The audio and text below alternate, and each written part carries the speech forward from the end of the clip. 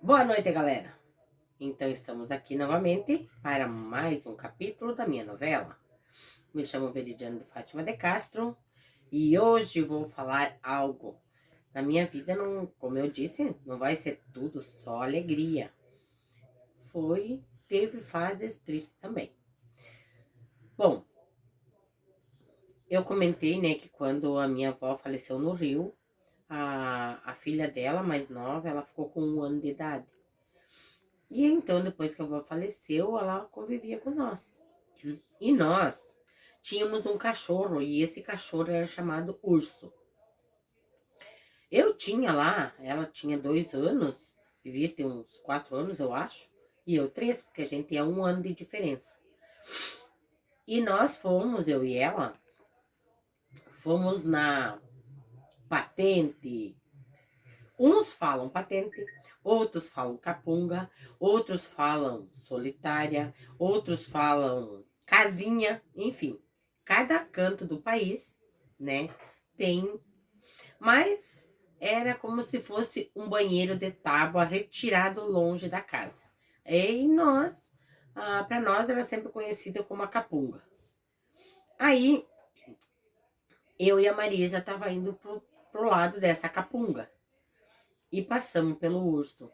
Segundo ela, eu não lembro, mas nós passamos pelo cachorro e eu tava na frente e o cachorro, ela vinha atrás de mim e ela puxou o rabo do cachorro. E o cachorro virou e mordeu ela.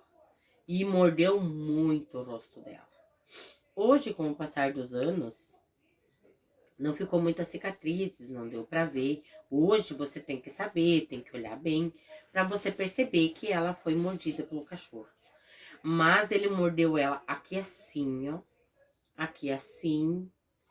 Também tem cicatrizes nela. E, bom, assim, mordeu muito, somente no rosto dela. E como se não bastasse a tragédia de ter perdido a mãe, né, um pouco antes, então aconteceu isso. No Basílio da Gama não tinha posto, não tinha nada, né? Hoje tem, mas na época não tinha. Aí foi passado o Rio Uruguai, na época, quem passava o Rio Uruguai era seu Jeca. Então foi pegado ela, foi cruzado o Rio Uruguai e levado ela no Hospital Sagrada Família para fazer os trâmites legais, no caso os pontos, essas coisas tudo, tá? E, bom, essa é uma parte triste, né, que demorou um tempo até ela se recuperar e tudo. Aí, então, eu era uma pessoa muito viciada em bico. Gente, eu chupei bico até os 11 anos de idade. E eu tava na época de alfabetização, né? E daí eu comecei na aula e eu não podia levar o bico junto, né? Porque se me pegassem eu com o bico, iam me tirar, começar a me incomodar, né? Me chamar eu de tudo quanto é coisa por causa do bico. Enfim, eu deixava o bico. A mãe tinha um guarda-louça e era assim, ele era de madeira e daí ele tinha os vidros assim na frente, mas embaixo um pouquinho assim tinha uma portinha assim onde guardava os utensílios ali, as 2 gavetas, as 3 gavetas assim embaixo e o resto para baixo era de madeira. E eu chegava em casa às 11 e pouco da manhã, né, 11h30, e ia reto lá pra chupar o bico. Povo, continuando aqui, tivemos um imprevisto, né, com o meu editor, mas continuando. Com o passar do tempo, nessa época, a minha irmã nasceu. Eu tinha de 6 para 7 anos e começava a me alfabetizar. Mas o bico não largava. E eles não compraram mais bico para mim, porque eles queriam que eu parasse de chupar bico. E lá veio a minha irmã. E adivinha? Ela tinha um bico para chupar.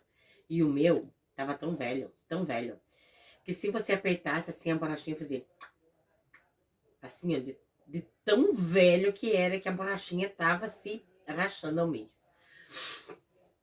Aí veio a minha irmã. Mas ela parecia que ela adivinhava quando eu ia pegar o bico. Porque era muito chorona. Era uma criatura. E eu pegava e ia pé por pé, perto do bercinho dela e pegava o bico dela pra me chupar. Porque o dela era novo e o meu tava grudando. Jesus do céu. Olha, ela podia estar no meio do ronco do sono. Era eu tirar o bico dela pra me chupar. Ela abria a goela. E eu colocava bem rapidinho o bico na boca dela e me escondia.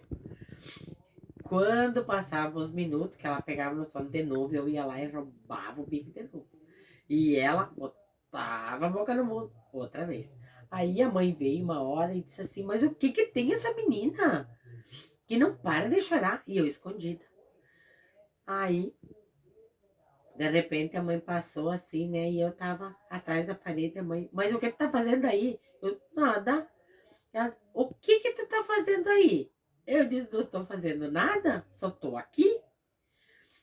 Mas ela desconfiou. Ela pegou e foi. Nós tínhamos uma casa assim, sabe? Que o corpo da casa. E daí tinha uma varanda assim, onde tinha um quarto e a cozinha, o fogão a lenha, essas coisas assim. Era assim, naquela parte assim, né? Uma varanda da casa. Aí, aí a mãe foi e ficou espiando. E eu olhei e não enxerguei ela, né? Não enxerguei. E assim que a Berenice pegou no sono, eu fui lá e peguei o bico da Berenice. Quando eu peguei o bico da Berenice, que eu botei na boca, a mãe disse, te peguei! Gente, eu levei um tundão. Um tundão. Que olha, pelo amor de Deus. Por ter roubado o bico da minha irmã. Mas a vontade era tão grande que, claro que dessa vez eu cuidava mais, né? Pra ela não me ver, eu pegando o bico. Mas eu roubava os bicos igual. Aí ela largar o bico, eu tava grudado no bico. Olha, gente, eu chupei bico até os 11 anos. 10 anos por aí. Mas olha, gente, não tire o bico das crianças. Dizem que fica com os dentes tortos, que desalinha, né, a boca, não sei o quê. Gente, eu nunca usei um aparelho na vida. E os meus dentes são parelhinho. Então, não inventem isso que é o bico, gente. Por causa que, coitada das crianças. Olha, eu vejo muitas mães que tiram o bico, que não querem mais, que não dão mais os bicos para as crianças. Mas olha, a coisa mais boa do mundo é ficar chupando bico. O bico é maravilhoso, gente. Não tire, não tire. Bom, por hoje era isso, tá? Talvez tenha algum corte aí no meio, por causa do que alguém ligou aí no meio, tivemos que interromper, né, a gravação, mas vai ter um cortezinho mínimo aí, vai continuar a gravação. E amanhã, bom, amanhã eu vou começar a contar que eu tinha já de 9 para 10 anos, por aí. E eu vou contar os espinhos nos pés. E como não bastava só os espinhos, né? Aí um prego de caibro. Gente do céu, amanhã eu vou contar pra vocês que quando sarava o pé de uma coisa, ficava com outra. Bom, até amanhã. Dê muitos likes, compartilhe. Fique com Deus e até amanhã.